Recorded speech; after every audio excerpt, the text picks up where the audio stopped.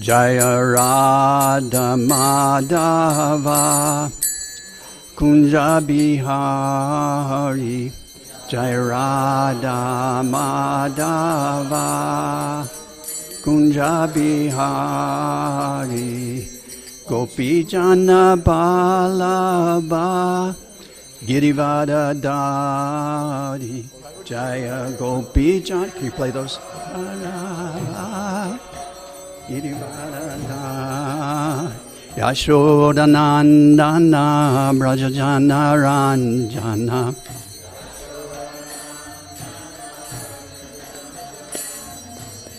Yashoda Nandana Brajajana Ranjana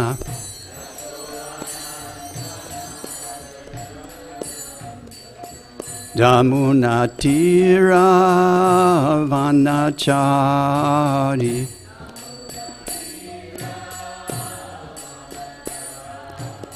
Yamuna Tira Vanachari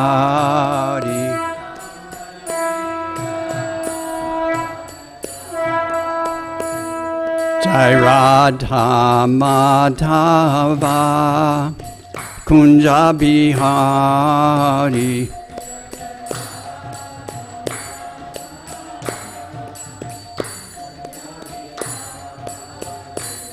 Jai Radha Madhava Kunja Bihari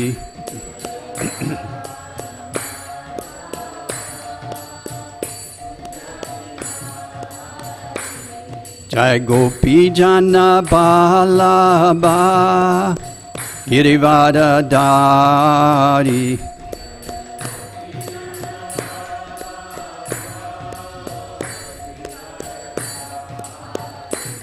Jai Gopi Jana Balaba Girivada Dari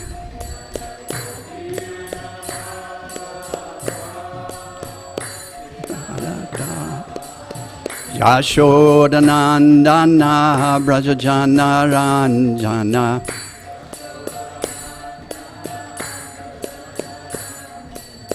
Yashoda Nandana Brajajana Ranjana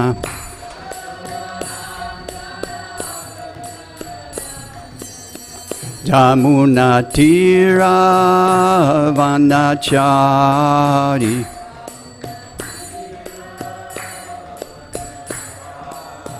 Jamuna Tira Vanachari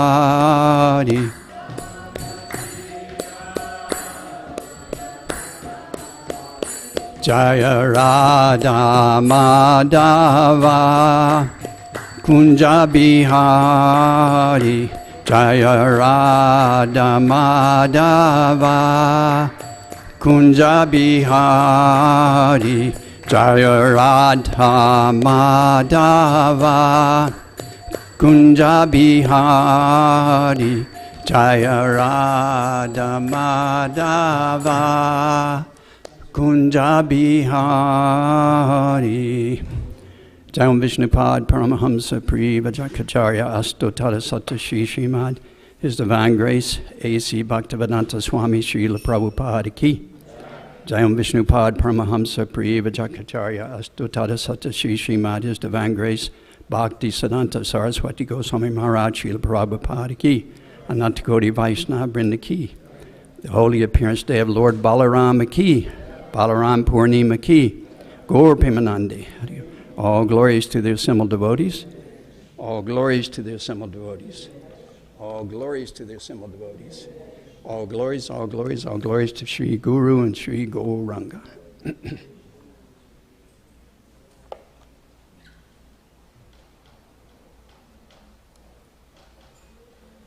need someone to show me how this light works.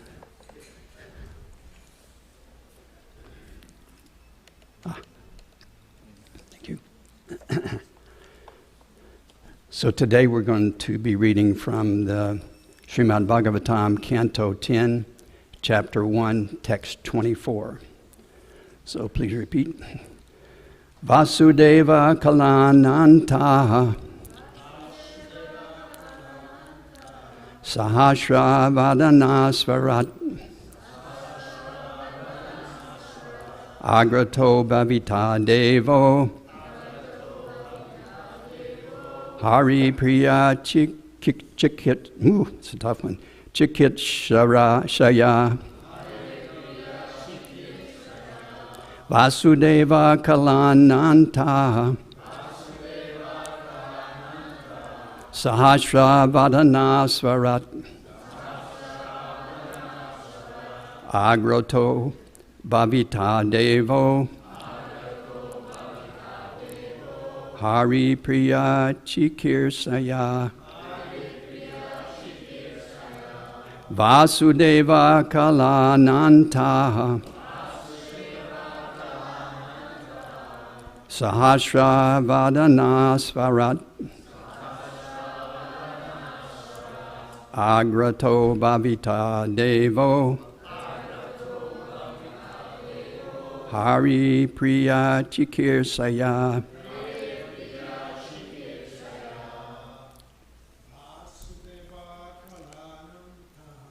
Vasudeva Kalananta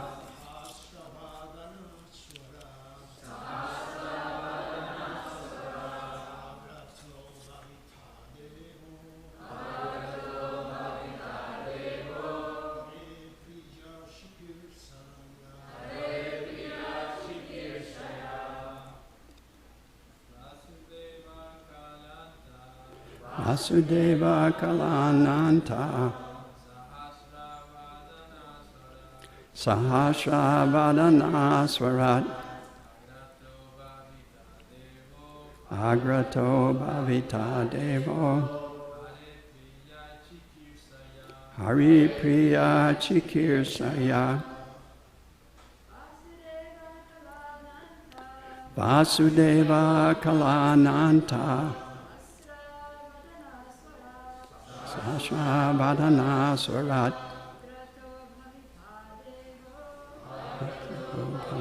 Devo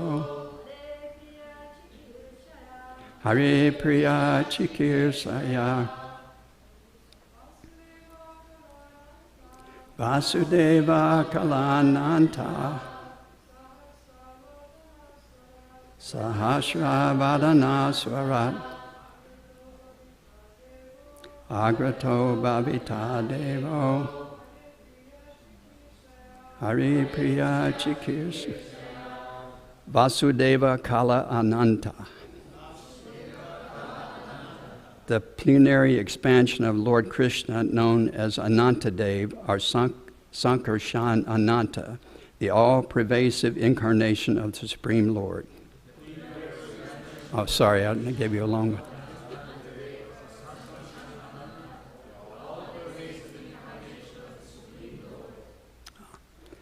Sahasra Vadana, having thousands of hoods. Swarat, fully independent. Agrataha, previously. Bhavita, will appear. Deva, the Lord. Hari, of Lord Krishna. Priya Chikirsaya, with the desire to act for the pleasure. So translation, the foremost manifestation of Krishna is Sankarshan, who is known as Ananta. He is the origin of all incarnations within this material world. Previous to the appearance of Lord Krishna, this original Sankarshan will appear as Baladev, just to please the Supreme Lord Krishna in his transcendental pastimes. So please repeat. The foremost manifestation of Krishna is Sankarshan, who is known as Ananta. He is the origin of all. He is the origin of all incarnations within this material world. Previous to the appearance of Lord Krishna, this original Sankarshan will appear as Baladev, just to please the Supreme Lord Sri Krishna in his transcendental pastimes. So purport. Sri Baladev is the Supreme Personality of Godhead himself. He is equal in supremacy to the Supreme Godhead. Yet wherever Krishna appears, Sri Baladev appears as his brother, sometimes elder and sometimes younger. When Krishna appears, all his plenary expansions and other incarnations appear with him. This is elaborately explained in the Chaitanya Charitamrita. This time, Baladev would appear before Krishna as Krishna's elder brother. Omagana Timiranda Jananjana Shalakaya Chakshur Militam Yena Tasmai Shri Gurve Namaha Shri Chaitanya Manobistam Stapitam Yena Bhutale Swayam Rupa Kadamayam Dadati Swapadantikam Vanchakapa Trubhyascha Kripa Sindhu Bhyebacha Patitanam Pavnebhyo Vaishnavebhyo Namo Namaha. So, I'll begin class by asking a question. So, why did Krishna and Balaram come in their human-like form? We know that in the Bhagavad Gita, verse 4:7. Anyone know that verse? 4:7. Yada yada hi dharmasya. Yeah. Tanir bhavati bharata bhuta nama dharmasya tadat manam shridamya. So, Krishna is saying that whenever there is a decline in religion and a rise in irreligion, he says, at that time I come. And he also says he comes for three reasons. He comes to protect the devotees, he comes to kill the demons, and he comes to reestablish religious principles. But any of Krishna's incarnations could have done that. So why did Krishna himself come and Balaram himself come? Well, they came because they want to show us or let us get to know them. So, because how can you love someone if you don't really know them?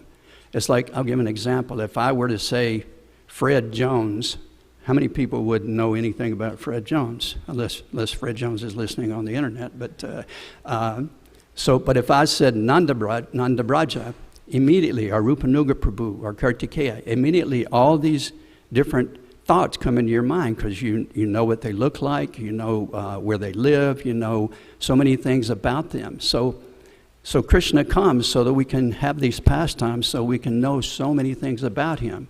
Because in doing that, then we can actually learn to love Krishna and try to remember Krishna. So this is one of the main reasons that Krishna comes. So we know that Lord Balaram, he's the first expansion of Krishna. Directly, and he's completely the same as Krishna. There's only one small difference between Krishna and Balaram. What is that difference? Color, yes. So, when Krishna is like a dark rain cloud, and it says Balaram's like a white rain cloud, like almost like a crystal color, actually. And we know that Krishna, he has 64 qualities, which are described in the Nectar of Devotion. And Balaram also has these same 64 qualities, also to the same degree as Krishna. It says that Krishna has 4 qualities no one else has. What are those 4 qualities? Prabhu. He plays his flute. Balaram also plays the flute. So what's number 2? Prabhu. His pastimes, which we're going to be discussing today. So Balaram, has his pastimes. What's the third one? Yes, incomparable beauty, his beauty. So Balaram is also very, very, very, very beautiful. And then what's number 4?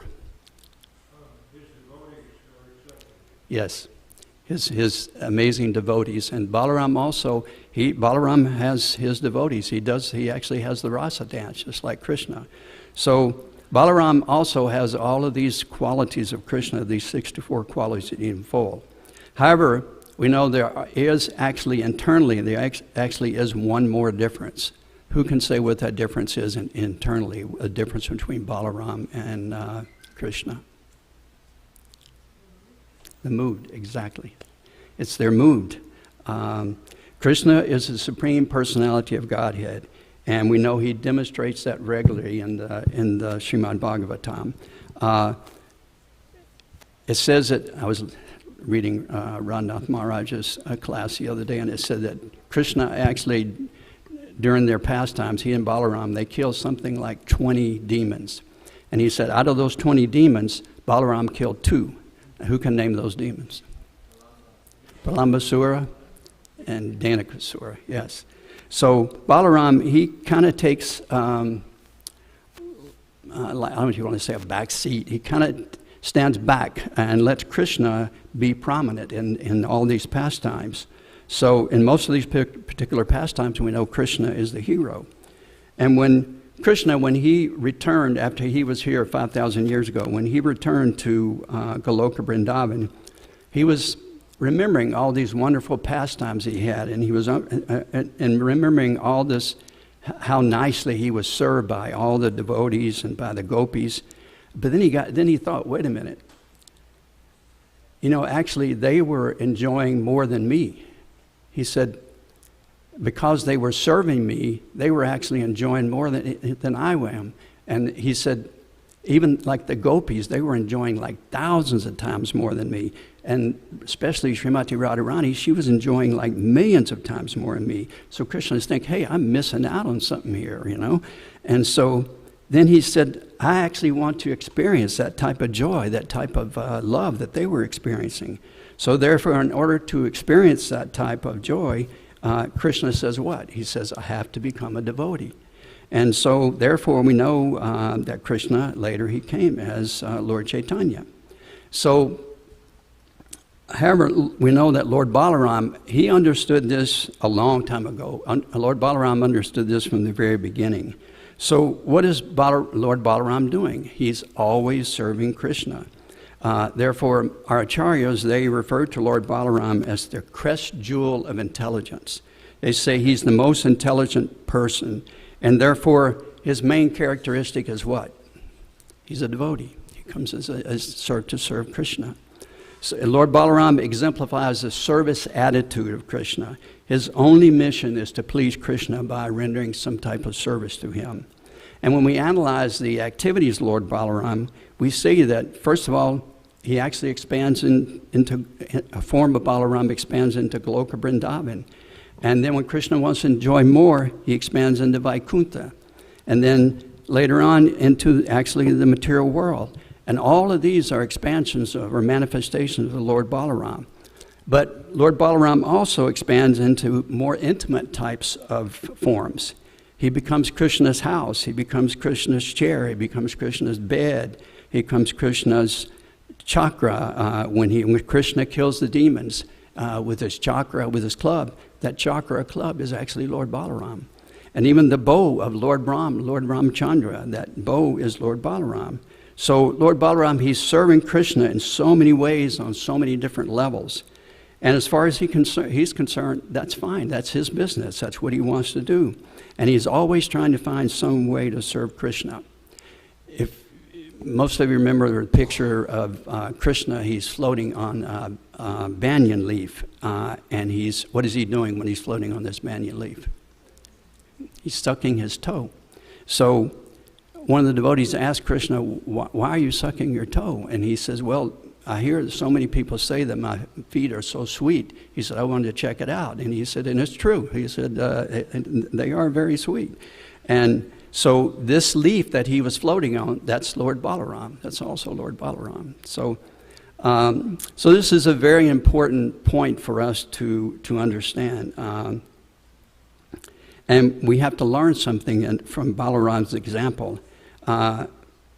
He's just simply serving, but what are we doing? We're trying to, for so many lifetimes, we've tried to be the enjoyer, and every time we've tried, we've failed. And therefore, finally, all of us, we're trying to become devotees now. We finally realize that this material world is not a world to try to enjoy in. But Balaram, we know that he has every right, just as much as Krishna, he has every right to enjoy. Because he's also the Supreme Personality of Godhead. So in this sense, we have to learn from Balaram that actually, and Krishna learned it later on, that the real nectar comes from serving. It comes from being a devotee. And we know that Lord Balaram, he appeared as the seventh son of Mother Devaki and Vasudeva. And we know that Krishna actually, he doesn't really have a father and mother, but Krishna appears in this world in his human-like form. And in almost every incarnation, he has a father and a mother, so that we can develop love from him by seeing him and remembering all these pastimes. And we know that before Balaram, there was like 6 sons that were born to Mother Devaki, and each one of these sons was killed by King Kamsa immediately, right after they were born. And so it sounds very cruel, and it was, but there's a whole pastime that explains, the reason these sons were killed. And these sons actually represented the 6 anarthas in our hearts. So what are those 6 anarthas? Can anybody name? Lust, anger, greed, envy, arrogance, and illusion. And it's by the mercy of Lord Balaram that we can clean these anarthas from our heart. So Krishna, he instructed Yogamaya to transfer Balaram from the womb of Mother Devaki to the womb of Mother Rohini. And when Balaram came, he came as Krishna's elder brother. And there's a whole story that one of the reasons why he decided to come as Krishna's elder brother. If you remember, when Lakshman was serving Lord Ram, when the deer, I think it was Maricha, came as a golden deer, well, Sita wanted that deer, so Lord Ram started to walk and try to catch the deer. And he told Lakshman, you stay here and you guard Mother Sita. And so of course, Lord Ram knew it was a demon, so he shot the deer. And right before the deer died, Marichi died, he called out in Ram's voice, Lakshman, Lakshman, help me, help me. And when Sita heard that, she told Lakshman, go help Lord Ram, he's in trouble. And so Lakshman said, no, I'm supposed to stay here. And she said, oh, you just want to stay here so you can enjoy me and without Ram. And so that really hurt Lakshman, but he went. And we know what happened, that Ravana came and he stole Sita. And then when they came back, well, Ram was really upset at Lakshman because he had left Sita. And then later on, when Sita actually came, when they rescued Sita and she came back, Ram told Lakshman, I want you to tell Sita that I can't accept her back because she's been with another man. And so Lakshman had to go and tell Sita that. And so Sita said, okay, then build a fire, get the wood, build a fire, and light the fire, and I'm going to walk into it. And so Lakshman looked at Ram and said, what do I do? And he said, light the fire. So Sita, well, we know she walked into the fire and she came out. Of course, it wasn't the real Sita that Ravana had. And then later on, when Lord Ram would disguise himself and he would walk among the village to hear what the villagers had to say about his ruling, he heard one man say, I'm not like Lord Ram. I won't have a woman that's been with another man.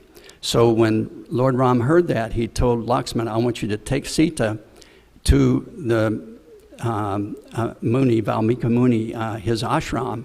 And when you get there, you tell her that she can't come back. She's banished from my kingdom. So Lakshman was taking Sita and he was crying and crying. And Sita said, Lakshman, why are you crying? We're going on a vacation. She was happy. She liked to go to ashrams. And so finally, when they got there, Lakshman had to tell her that, Lord Ram has banished you and you can't come back. So after that, Lakshman said, all right, from now on, I'm going to be Krishna's elder brother. And then he cannot tell me what to do. If I don't want to do something, then I can say, no, I'm your elder brother, and I don't want to do that. So one example of that is during the Kurukshetra war, when Krishna wanted Balaram to fight on his side, but Balaram, because he was like the guru of Duryodhana, he said, no, I'm not going to be part of this battle. So he went on parikram at that time. So that's just one reason why Balaram said, I'm going to come as Krishna's elder brother. And we know it's Balaram's business to sanctify the heart and make a nice place for Krishna when Krishna appears.